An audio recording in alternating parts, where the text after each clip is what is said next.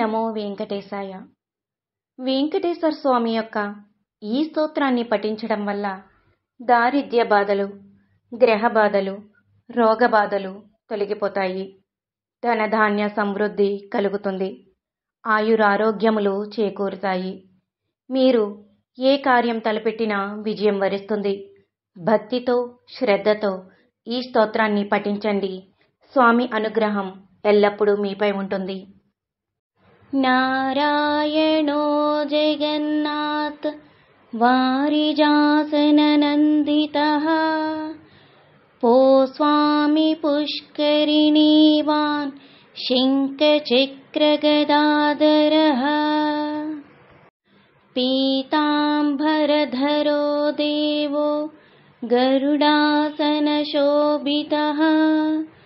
కందర్శకోటిలావణ్యః కమలాయతలోచనః ఇందిరాపతి గోవిందో చంద్రసూర్యప్రభాకరః విశ్వాత్మ విశ్వలోకేశ జయ శ్రీ వెంకటేశ్వరః.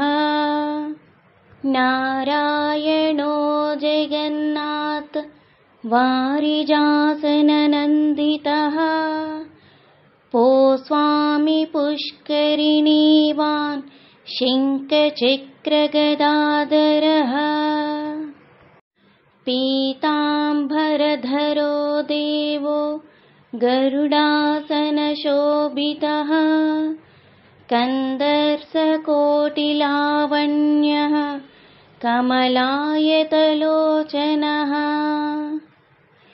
ఇందిరాపతి గోవిందో చంద్రసూర్యప్రభాకరః విశ్వాత్మ విశ్వలోకేశ జయ శ్రీ వెంకటేశ్వరః. నారాయణో జగన్నాథ్ వారిజాసననందితః పో స్వామి పుష్కరిణీవాన్ శంఖచక్రగదాధరః పీతాంబరధరో దేవో గరుడాసనశోభితః కందర్శకోటిలావణ్యః కమలాయతలోచనః ఇందిరాపతి గోవిందో చంద్రసూర్యప్రభాకరః విశ్వాత్మ విశ్వలోకేశ జయ శ్రీ వెంకటేశ్వరః. నారాయణో జగన్నాథ్ వారిజాసననందితః పో స్వామి పుష్కరిణీవాన్ శంఖచక్రగదాధరః పీతాంబరధరో దేవో గరుడాసనశోభితః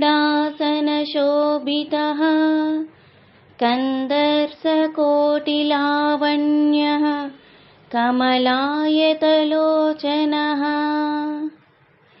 ఇందిరాపతి గోవిందో చంద్రసూర్యప్రభాకరః విశ్వాత్మ విశ్వలోకేశ జయ శ్రీ వెంకటేశ్వరః.